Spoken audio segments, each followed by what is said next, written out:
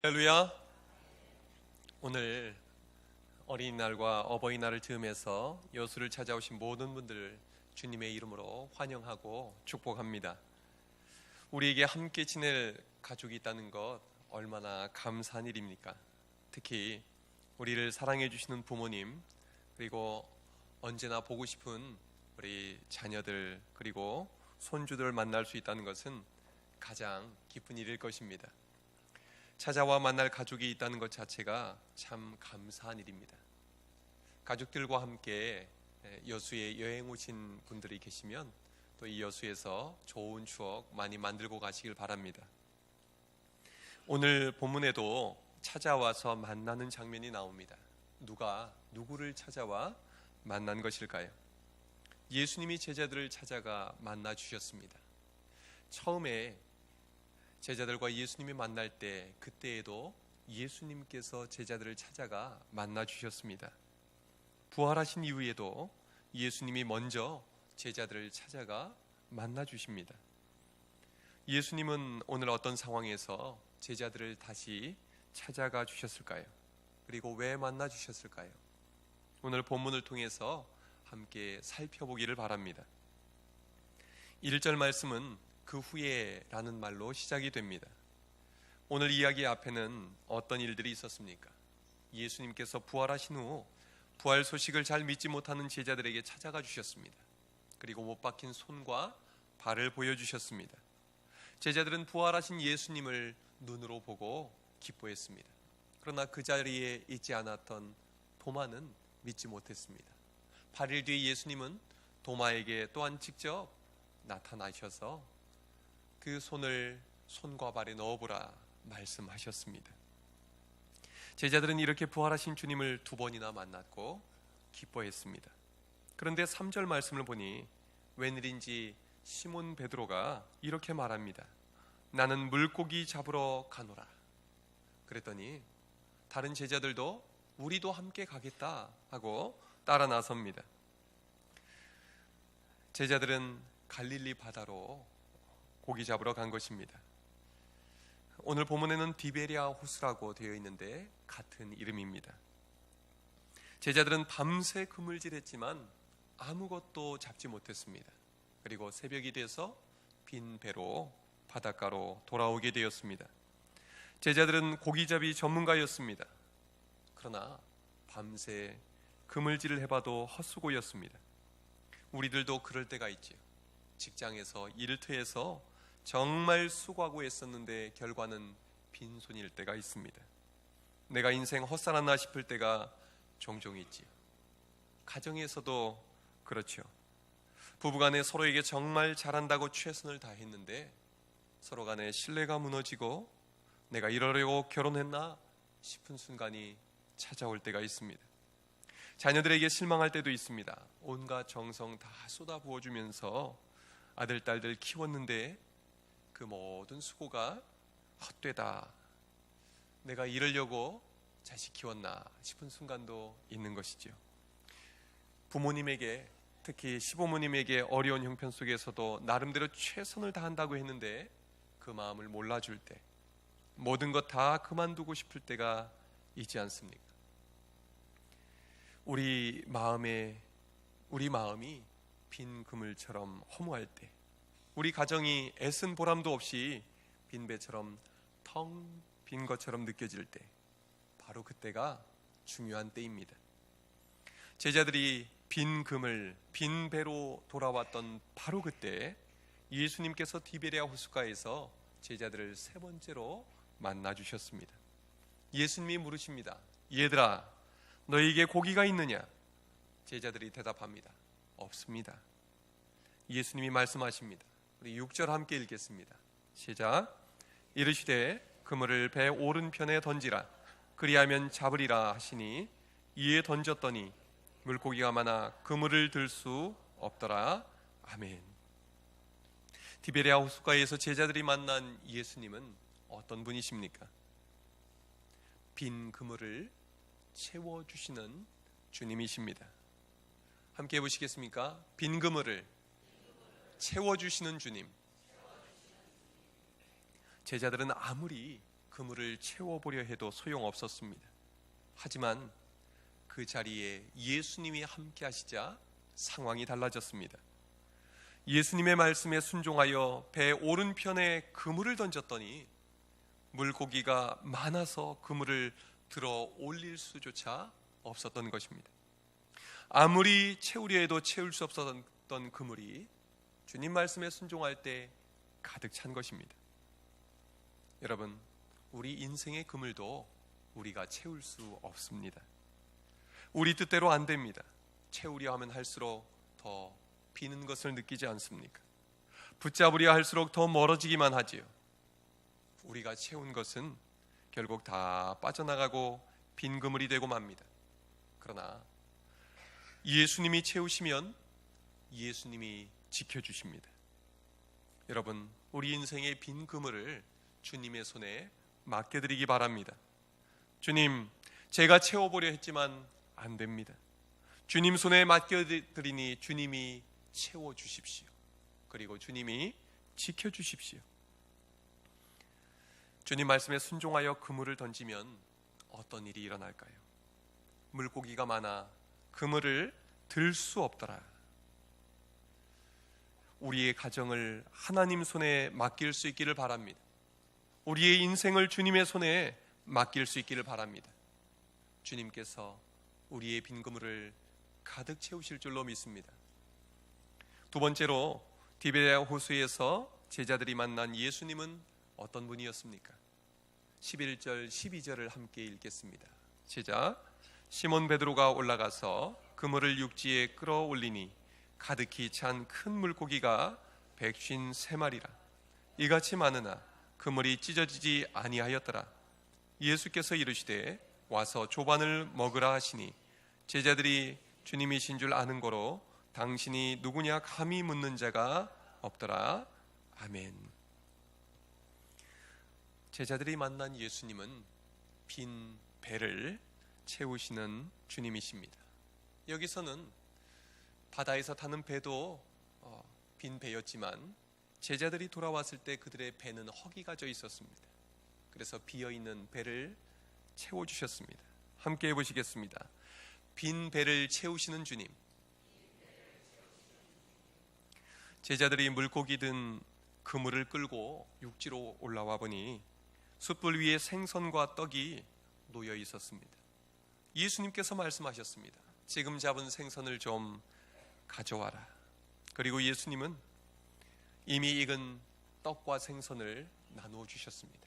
그리고 새로 잡아온 고기를 익혀서 계속해서 제자들이 배부르도록 먹여주셨던 것입니다. 제자들은 밤새 헛그물질을 했습니다. 그리고 새벽에 돌아와서 예수님 말씀 듣고 또 순종해서 물고기를 잡으러 나갔습니다.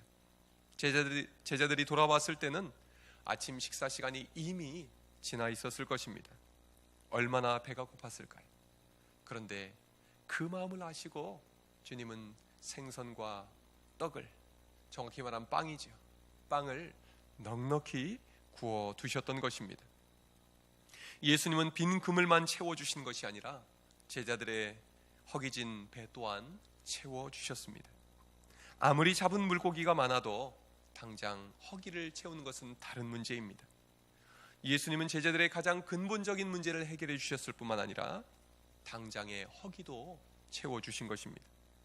제자들이 육지에 올라오자마자 먹을 것을 준비해 주실 수 있었던 것은 예수님의 사랑 때문입니다.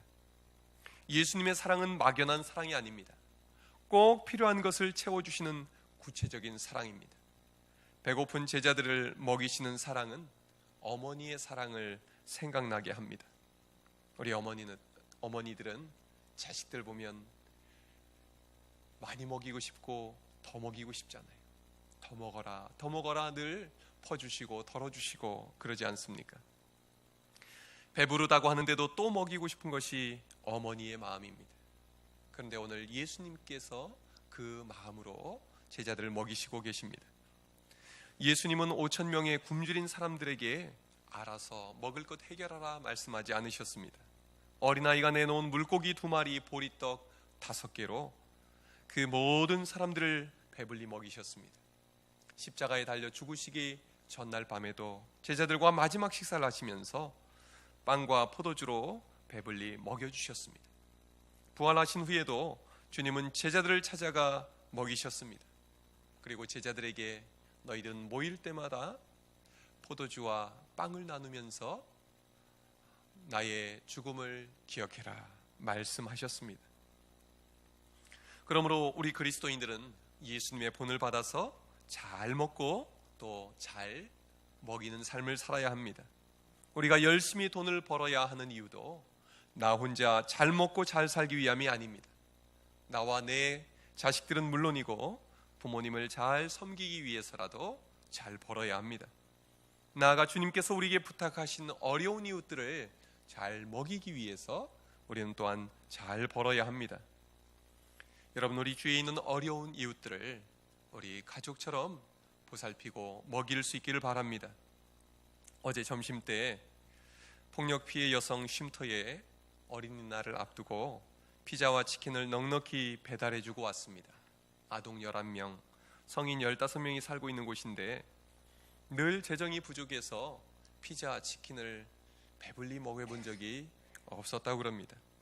그런데 피자 7판, 치킨 9마리를 배달해 주셨는데 우리 빅스타 피자 사장님이랑 또봉이 통닭 사장님이 음료수도 넉넉히 챙겨주셔서 잘 전달해 주었습니다. 교회에 돌아와서 설교 준비를 하고 있는데 이런 문자가 왔습니다.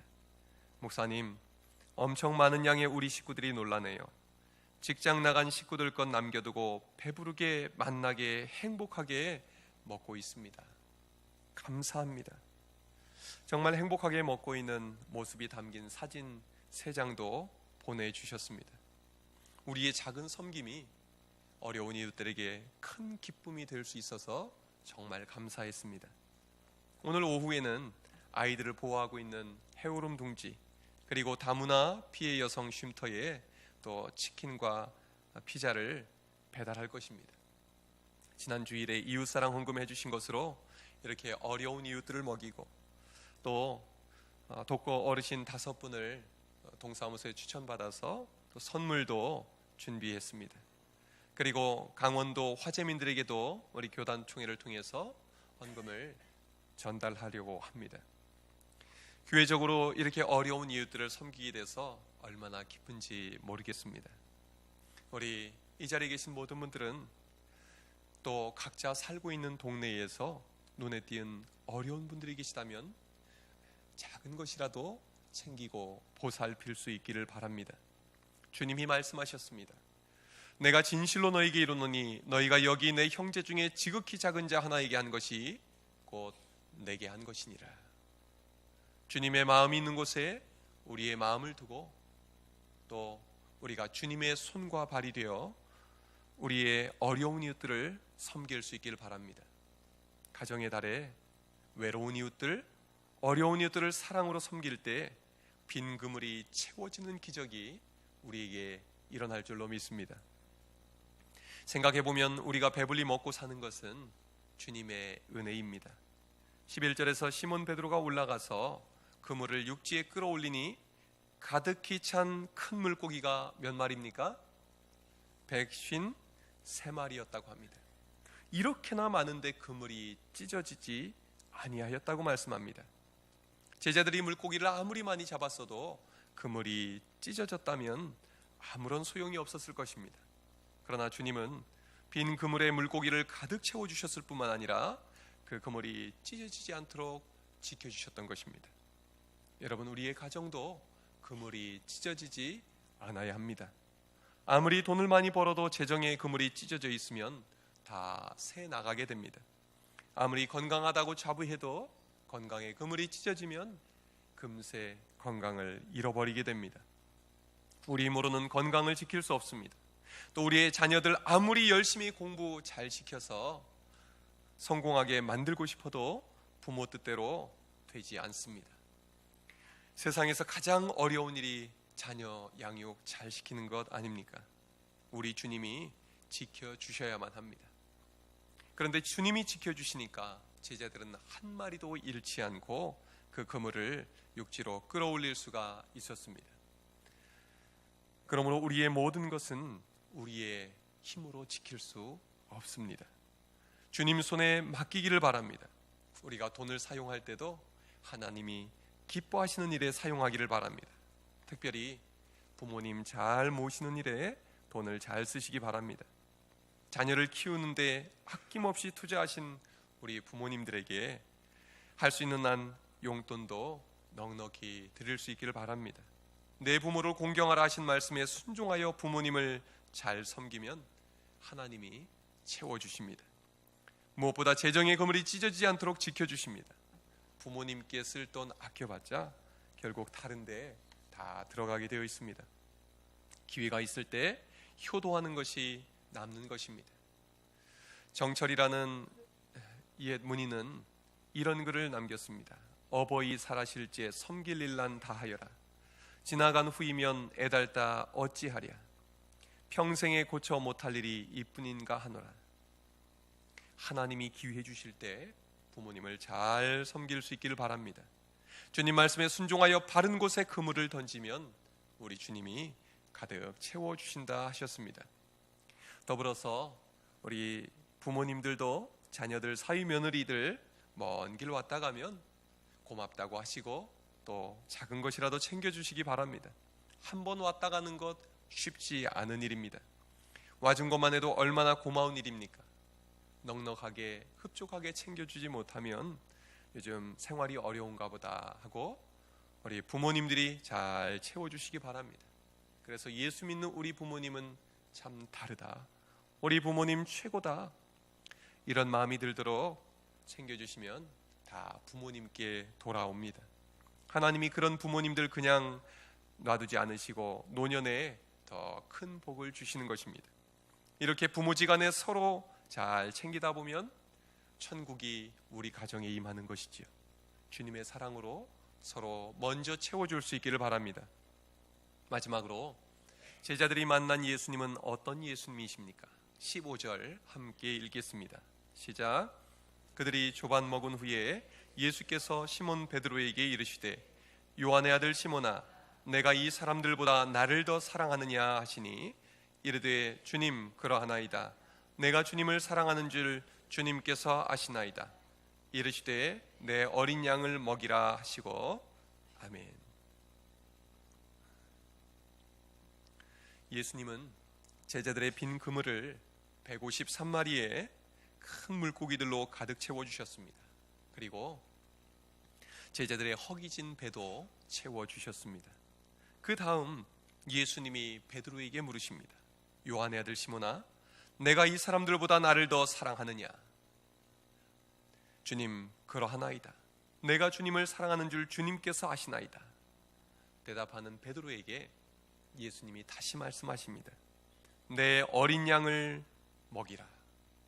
예수님은 한 번 말씀하시는 것이 아니라 똑같은 질문 3번 하시고 내 양을 먹이라, 내 양을 치라, 내 양을 먹이라 3번이나 반복해서 강조하셨습니다. 간절히 당부하신 것입니다. 예수님은 이렇게 말씀하시는 것이죠. 베드로야, 네가 나를 정말로 사랑한다면 내 어린 양을 먹여다오. 예수님은 제자들을 사랑하셨습니다. 제자들이 부활하신 후 예수님이 부활하신 후 제자들은 고기 잡으러 나아갔지만 예수님은 사랑하는 제자들을 다시 찾아가셨습니다. 그리고 제자들의 빈 그물을 채워주시고 빈 배도 채워주셨습니다. 예수님의 사랑은 말뿐인 사랑이 아니었습니다. 생각에 머무는 사랑도 아니었습니다. 실제적인 필요를 채워주는 사랑이었습니다. 그리고 예수님은 베드로에게 다시 사명을 주십니다. 내가 나를 사랑하느냐? 그렇다면 내 어린 양들을 먹이고 채워주어라. 부활하신 예수님, 제자들을 다시 찾아가신 예수님은 사랑의 사명을 주신 것입니다. 사람을 낚는 어부가 되게 하리라 말씀하신 그 갈릴리 바닷가에서 내 어린 양을 먹이라 당부하고 계시는 것입니다. 어린 양을 먹이라는 말씀은 어떤 의미일까요? 먼저 우리 자녀에게 말씀을 먹이라는 의미입니다. 요즘 부모님들 자녀에게 잘 해주려고 얼마나 했습니까? 좋은 것 먹이고 좋은 것 입히고 또 어려운 형편에도 아이들 뒤처질까봐 학원 보내느라 바쁘지 않습니까? 그러나 정작 우리는 우리 아이들이 행복하게 사는데 가장 중요한 신앙을 전수하기 위해서 얼마나 힘쓰고 있습니까? 인생의 주인이시고 행복의 근원이신 주님 없이는 세상 모든 것을 다 얻어도 만족할 수가 없는데 말입니다. 그러나 주님을 주인으로 모신 인생은 주님 때문에 행복합니다. 주님이 책임져 주시고 지켜주시기 때문입니다. 여러분, 우리 자녀들이 행복하게 살아갈 수 있도록 말씀을 먹이고 신앙을 꼭 물려줄 수 있기를 바랍니다. 예수님은 제자들에게 5절에서 얘들아 너희에게 고기가 없느냐 물으셨습니다. 여기에서 얘들아라는 말은 파이디아라는 헬라어 말인데 어린아이들을 의미합니다. 예수님은 제자들을 사랑스러운 어린 자녀들 대하듯이 그렇게 사랑해 주셨습니다.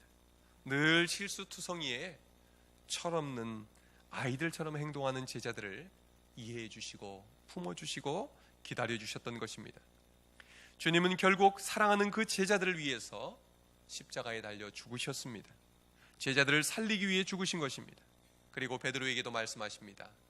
나를 따라오너라. 나중에 베드로도 예수님을 따라 십자가에 달려 죽었습니다. 다른 이들을 살리기 위해서 자신이 십자가에 달려 죽은 것입니다. 예수님은 베드로에게 강요하지 않으시고 보여주셨습니다. 보고 배우고 닮게 해주셨던 것입니다. 우리가 자녀들을 양육할 때도 부모가 죽어야 자녀가 삽니다. 종종 부모의 열심이 자녀들을 죽입니다. 자녀는 부모가 손댈수록 망친다는 말이 있습니다. 자녀 공부 잘 시켜서 자녀 잘 되게 하겠다고 한 일이 도리어 자녀들을 망가뜨리는 경우가 얼마나 많습니까?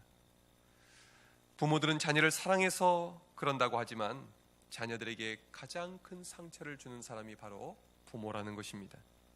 그런 부모에게 복수하고 싶어서 문제아가 된 아이들이 그렇게 많다는 것입니다. 여러분, 우리가 자녀를 쥐고 흔들면 망가집니다. 내 손에 쥐고 있던 자녀를 주님 손에 맡길 수 있기를 바랍니다. 자녀를 사랑한다면 부모가 죽어야 합니다. 욕심을 버리고 고집도 버리고 자존심도 버리고 주님 손에 온전히 맡겨드릴 수 있기를 바랍니다. 우리가 주님께 받은 조건 없는 사랑으로 우리 자녀들을 먼저 채워줄 수 있기를 바랍니다. 먼저 믿어주고 기다려 줍시다. 우리가 세우고자 애썼던 우리의 가정을 주님 손에 맡겨드릴 때 천지를 창조하시고 가정을 지으신 하나님께서 우리의 가정을 걸작품으로 빚어주실 줄로 믿습니다. 기도하겠습니다.